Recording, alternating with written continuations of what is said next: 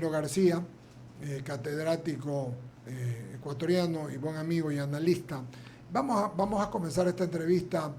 No sé si nos pudo escuchar Ramiro. Hablábamos con Ramiro Cepeda de las tres posibilidades, con Bolo, con las tres posibilidades concretas que le tienen al presidente luego que mañana va al juicio político. Las repetimos. La una, la muerte cruzada. La segunda, Ramiro, que salga indemne del juicio político, y la tercera, la renuncia del presidente. Son tres. Yo creo que la tercera es la menos posible, pero tenemos que nombrarlo y le doy eso a Ramiro, porque también es una posibilidad. A escucharlo a usted, querido y leal amigo. Buenos días, bienvenido a I99 y al programa Diálogo. ¿Cómo va? Buenos días a ustedes, muchas gracias por la invitación, siempre un honor estar acá en este medio. El nuestro.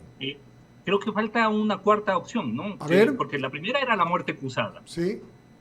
La segunda, la destitución. Claro, no la habíamos tomado en consideración, pero es la destitución también. Que claro. En ella, Ramiro, directamente el vicepresidente. Teniendo en cuenta la votación de ayer, es la más probable, si es que se llega a la votación. Lo acabamos de comentar. Es que, perdón, tocayo, es que la destitución, mejor dicho, la muerte cruzada es producto de esa. Yo creo que van de la mano, porque no se va a llegar a ese punto, sino que se llegaría a la muerte cruzada antes de que se tome votación sabiéndose ya muerto. Vea, tocayo, yo le veo un poco complicado el tema de la muerte cruzada, porque no creo, si bien formalmente depende solo de la voluntad del presidente de la República. Sí, señor. Políticamente e institucionalmente depende de muchos otros factores, entre otros el entorno internacional.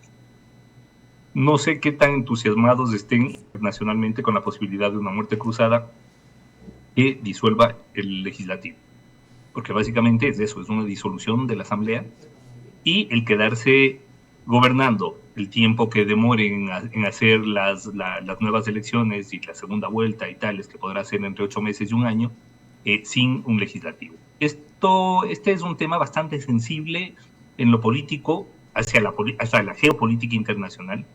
Habría que ver qué es lo que opinan algunos otros países importantes de la región, Estados Unidos, por ejemplo. Entonces, no creo que sea una cuestión tan sencilla como bueno, el decreto ejecutivo ya lo tengo listo, lo mando a publicar y adiós. Es una posibilidad, pero no me parece que sea tan simple como eso. Eso por un lado. Por otro lado, sí, la votación de ayer nos muestra que en el juicio político va a haber una votación muy pegadita, del lado que sea. Porque ayer hubo 96 votos en favor de Saquicela, pero varios de esos votos fueron de asambleístas que ya en su momento se pronunciaron contrarios al juicio político. Así que no lo daría yo por sentado, ni creo que sea tan en automático el tema de que como hay 96 votos para Saquicela, hay 96 votos para sacarla a Lazo. Me parece que tampoco el análisis puede ser así de sencillo, ¿no? Yo coincido con usted, tocayo, y déjeme que no lo quiero dejar pasar, y perdón, Eduardo, el tema de la muerte cruzada, que yo suscribo todo lo que usted dice, porque una cosa es convocar a muerte cruzada cuando tenemos un presidente fuerte, un gobierno fuerte, que va a eso para obtener mayor fuerza en una asamblea que le está boicoteando la cosa. Y otro asunto es un presidente débil, con un pie afuera del cargo, queriendo meter los dos por lo menos 6 meses más. Entonces, coincido con su lectura, porque ¿para qué quedarse 6 meses más si vas a estar más débil de lo que en verdad estás en estos momentos?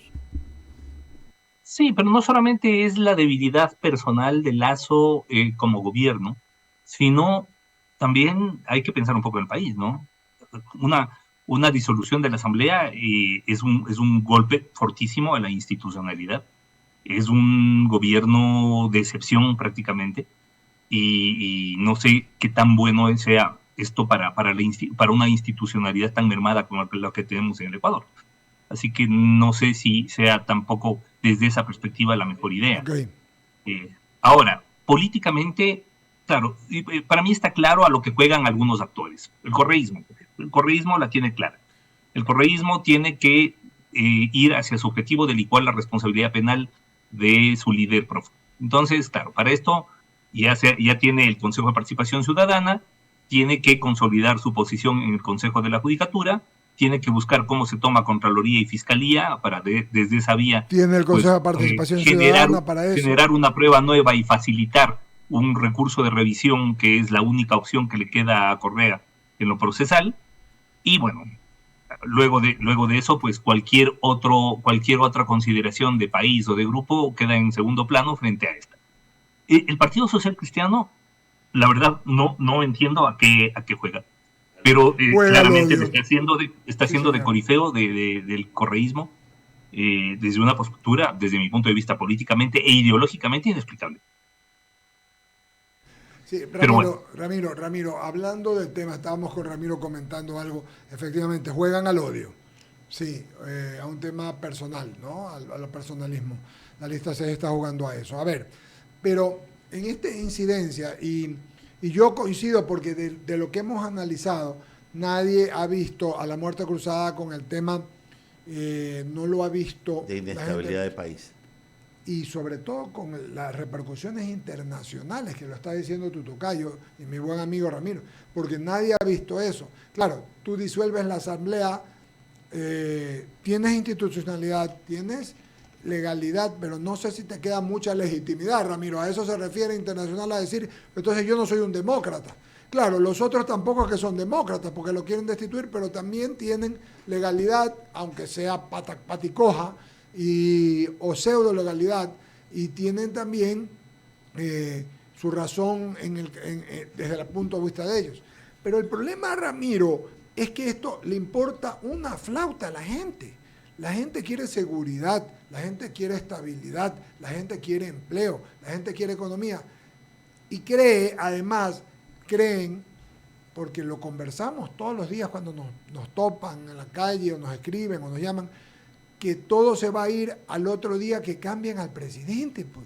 Como que los problemas se van a ir, mi querido Ramiro, y no se van a ir. Y usted y todos lo sabemos. Tenemos problemas muy serios, heredados, porque son heredados, y otros problemas por falta de eficiencia actual. Entonces, ¿cuál es el discurso? ¿Qué debemos transmitir nosotros a la gente, más allá de contar lo que está pasando en la Asamblea y mañana que se inicia un juicio histórico a un presidente de la República, y que cuando existió alguna vez, con Alberto Dajic hablamos el día jueves, Luisa estaba acá, ya estaba Luisa Delgadillo, con Alberto Dajic, el otro fue del presidente Bucarán, que yo me acuerdo, se lo destituyó con disque. Pero sin juicio político. Por eso, sin juicio político. Y tampoco había muerte cruzada, tocayo. Y entonces ¿no? aquí viene eso con una reflexión. Por favor, para que la gente entienda, el presidente, su fragilidad y todo lo que estamos hablando, pero tiene posibilidad de llamarla sin necesidad de la Corte Constitucional, ¿verdad, Ramiro? Bueno, ya de invocar la muerte cruzada sin pasar por la Corte Constitucional, sí, por supuesto. Si es que además alude a las causales de grave conmoción política y crisis social. Para eso no necesita dictamen previo aprobatorio de la Corte Constitucional. El problema, ¿sí? O sea, lo que tiene que preguntarse el gobierno, porque a ver, a mí me preocupan mucho todos los escenarios. Me preocupa mucho el escenario de que el gobierno se salve y al día siguiente no pase nada. Que el gobierno procese esa votación insuficiente como un triunfo político y un aval a su gestión de los últimos 2 años. Y me preocupa eso, porque va a llegar un punto en que si no puede la institucionalidad resolver los problemas de deficiencia gubernamental, la va a tener que resolver las calles. Entonces, claro, además somos un país muy afecto al tema de levantamientos y al tema de movilizaciones. Entonces, ¿qué gobernabilidad puede ser posible si no hay un cambio total? Cambio total que hasta ahora no se ve y no se avisora. Porque claro, una cosa es mandar un proyecto de ley de reforma tributaria como el que acaba de enviar el presidente, y otra cosa es decir, miren, me equivoqué. y tenemos que resetear esto desde cero. Y tenemos que hacer los cambios que tenemos que hacer. Claro. Y ese ejercicio de humildad y de reconocimiento, de autorreconocimiento de problemas y de culpas, yo creo que es el que el gobierno no está haciendo y que es urgente que se lo haga. La gente quiere, a ver, la gente rescata, la gente no es tonta, la gente, por ejemplo, rescata de este gobierno, digamos, la paz que genera este gobierno en cuanto a no persecución y en cuanto a democracia, ¿verdad? Pero por otro lado, está claro que ha habido un total abandono en materia de educación, de salud, de seguridad ciudadana, de seguridad social, y que son aspectos fundamentales en un país con las carencias que tiene el nuestro. La pregunta es, ¿qué es lo que se va a hacer? O sea, ¿van a seguir quienes están ahorita al mando del IES? ¿Cuál es el mensaje a los 4.300.000 afiliados y jubilados que tiene el Seguro Social? ¿Van a seguir quienes están manejando la educación y la salud en la forma tan precaria en que se está manejando? ¿Va a seguir este gobierno con el mismo modelo de seguridad ciudadana? Eso es lo que le importa a la gente. Absolutamente. Claro, la gente no hace un análisis, digamos, todavía no es lo suficientemente madura en lo político como para asumir que es su voto el responsable del modelo de gobierno, del modelo económico y del modelo de gestión. No, pero claro, mucha gente dice, a mí qué me importa que lo voten o no lo voten, igual a mí no me cambia la vida. Pues sí te cambia la vida. Claro. Porque de eso dependerá que tengamos un modelo diferente de gestión, un modelo diferente de administración y de gobierno. Entonces, claro, a ver, ese cambio es el que tiene que anunciar el gobierno. Entonces, aquí, cuando estamos descontentos con un gobierno, no exigimos rectificaciones, exigimos cambio de gobierno. En efecto. Y eso es un error, pero pasa. Enrique San Martín, Bolo San Martín, Bolívar San Martín sigue. Gracias, Eduardo. Ramiro, ¿qué lectura le da usted? Ayer, en el orden del día, no fue precisamente el punto como tal, esta reestructuración, como hemos dicho, elección de las nuevas autoridades, sino que se dio paso a la elección de los miembros del Consejo de Participación Ciudadana y Control Social. ¿Usted no cree que ya hubo un anuncio previo? Porque se cambia el orden del día. Obviamente esto fue el reclamo de algunos asambleístas, pero hay un trasfondo. ¿Usted lo ve como un trasfondo político, tal vez una señal de fortaleza o de que tenemos el control de algunos temas y especialmente del Consejo de Participación Ciudadana y Control Social? Mire, a ver, uno de los problemas que tiene nuestra clase política es que en sus agendas no está el país en primer lugar. Correcto. Todo lo contrario.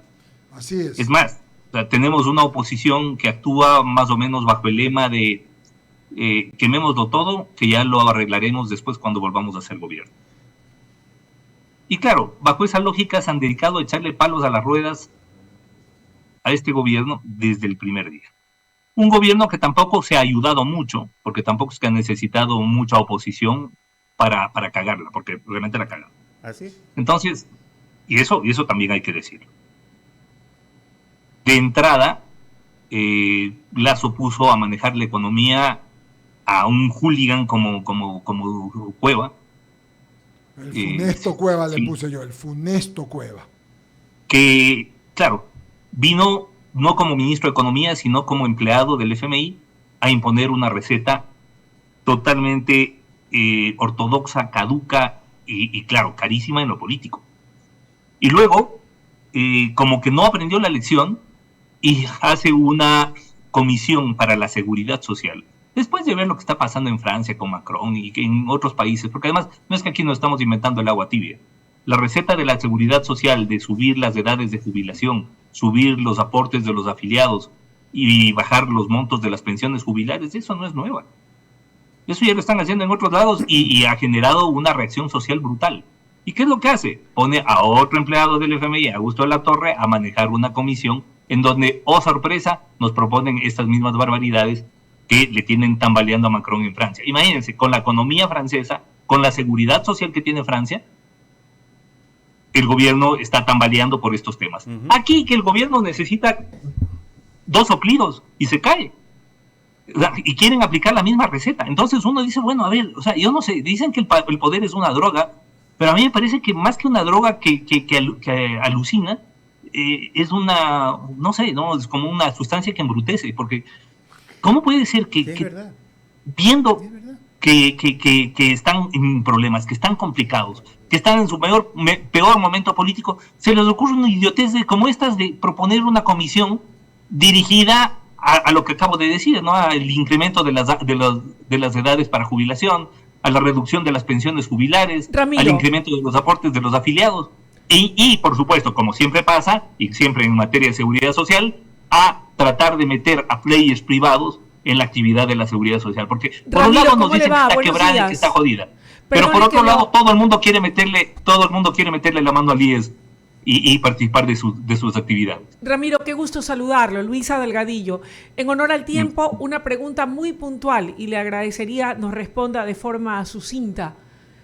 ¿Puede tener validez en el escenario de que fuese cesado el presidente en ese juicio político esa resolución o esa decisión de una asamblea que no tiene ni el 5%, diría yo, de legitimidad, porque no tiene el respaldo ni la credibilidad, y la gente tampoco, de acuerdo a lo que dicen encuestas serias, confía o cree en el trabajo y en las decisiones que adopte esa asamblea? Bueno, la norma constitucional no establece un porcentaje de aceptación mínimo para tomar la decisión. Es decir, aquí tenemos a dos estructuras muy desacreditadas peleando una con la otra. Por un lado, un gobierno con un descrédito brutal, y por otro lado, una asamblea más desacreditada todavía que el gobierno. Pero, es decir, podríamos hacer el análisis desde lo político, pero desde lo jurídico constitucional, la votación, salga como salga, va a producir sus efectos. Si es que no hay los 92 votos, el efecto es que Lasso se queda, continúa. Claro, desde lo político podremos analizar, bueno, ¿y qué pasa el día después? ¿Es manejable, es sustentable un programa de gobierno como el que ha manejado desde 21 a 23, de 23 a 25? Desde mi punto de vista, no. Pero bueno, eso ya son consideraciones políticas. Ahora, desde lo jurídico, si no hay los 92 votos, Lasso se queda. Si es que hay los 92 votos o más, Lasso se va. O la otra opción, por supuesto, la muerte cruzada hasta antes de la votación mientras sea presidente. Esa es otra opción. Una cuarta opción, obviamente la de la renuncia, que esa sí la veo como muy remota. Yo igual que usted, querido Ramiro. Ramiro también la nombró, la vemos remota, pero había que nombrarla, ¿no? Porque estaban dentro de las posibilidades. Sí. Pero yo la veo muy complicada. O sea, yo veo más fácil que se muera que renuncie. O sea, porque esa sería la quinta opción, que se muera el presidente, pero el problema es que eso también la tocó, pero no también la dijimos, no se preocupe, que también la toqué. Esto es como que le invitan al baile y nadie la saca a bailar. Sí.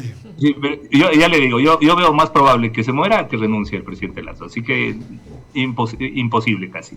Oiga, la opción más probable es la de la destitución, si es que van a la votación. Ahora, insisto, los números de ayer nos presentan una votación muy pegadita de lado y lado, así que ya dependerá del análisis fino que hagan, porque lo peor que podría pasarles es que crean que sí tienen los votos y a la hora de la hora no tengan los votos. Exacto. Eso sí, de lado y lado. Como el mismo ministro de Gobierno comentaba aquí cuando era panelista nuestro, no hace mucho, los votos se cuentan después, no antes. A Bucaram le pasó igual, dijo ya tenemos todo arreglado y ¡plac! O sea, es un riesgo para el gobierno, me refiero, ¿no? Escuche esto, Ramiro, para ver si se le hace familiar. Por destruir a un hombre han destruido un principio. Los futuros presidentes o tienen que convertirse en instrumentos de la mayoría parlamentaria o pasar a la historia con la corona de la destitución. ¿Te suena quién la dijo? Lo dijo Juan de Dios Martínez Mera en su juicio político. Correcto. Pero había una diferencia fundamental. Quien lo enjuiciaba políticamente era José María Velasco Ibarra y no Viviana Veloz ni Esteban Torres. Es verdad, y hace 100 años. Y eso es absoluto. Y solo lo traía... Pero además una diferencia en lo conceptual, pero abismal. Ya, solo quería traer a cita el hecho histórico porque fue hace 100 años. No ha habido, desde ese momento al actual, otro juicio político a un presidente de la República. Bueno, este juicio político se debe al nuevo marco constitucional que tenemos a partir de Montecristi. Porque antes, usted recordará, como el caso Bucaram los declaraban loco, o como el caso de Gutiérrez declaraba abandonado el cargo estando en Carondelet, y bastaba una declaración de las Fuerzas Armadas diciendo que retiraban el apoyo al presidente para que esté caído. A partir de 2008, con la constitución hiperpresidencialista que tenemos, no solamente que se regló y se acotó las formas de terminación del mandato del presidente de la República, sino que se le dio instrumentos para que sea el presidente el que tenga la sartén por el mango. El presidente, hoy por hoy, podría, o sea, si amanece mal genio y decide implementar la muerte cruzada, para la tarde los legisladores ya están en su casa. Y se acabó. Y es importante esto porque hay quienes dicen que esto no es posible. La muerte cruzada por parte del presidente. Pero que nos digan, pero dicen no es posible, pero nunca nos dicen por qué. Nunca, por favor, nunca. Yo he leído y releído la Constitución y la ley, y no hay una sola norma limitativa. La única limitante que le impone la Constitución al presidente para la muerte cruzada es que no sea pasado el tercer año. Así es. Punto. No hay nada más. Es decir, son las consecuencias de la muerte cruzada de lo que estamos hablando. Las consecuencias, no la realidad. Y Ramiro es un jurista claro y categórico. Queda bien, ¿no? Queda claro. Sí, yo lo tengo claro. La parte que podría coincidir o no con usted es que la pregunta que me salta, yo, presidente de la República, yo, ministro de Gobierno, ¿me tomo el riesgo de la votación? ¿Sí o no? Bueno, esto dependerá de qué tan seguros estén de la palabra y de los acuerdos que hayan llegado con grupos o con asambleístas de lo individual. Palabra. Eso existe. Sí, que palabra es lo que menos hay en nuestra clase política. O arreglo, digamos, arreglo. Sí, es decir, todo esto obedece a negociaciones políticas y de toda índole. Así que el presidente y el ministro de Gobierno pues tendrán claro el mapa de con quién pueden contar seguro, con quién no pueden contar y con quién y quiénes pueden estar bailando de un lado a otro. Ahora, en esto, tienen mucho más herramientas de negociación que la Asamblea. La Asamblea, la única herramienta de negociación que tiene es la conformación de las comisiones legislativas permanentes. El Ejecutivo tiene todo el Estado para poder establecer alianzas, ¿no? Okay.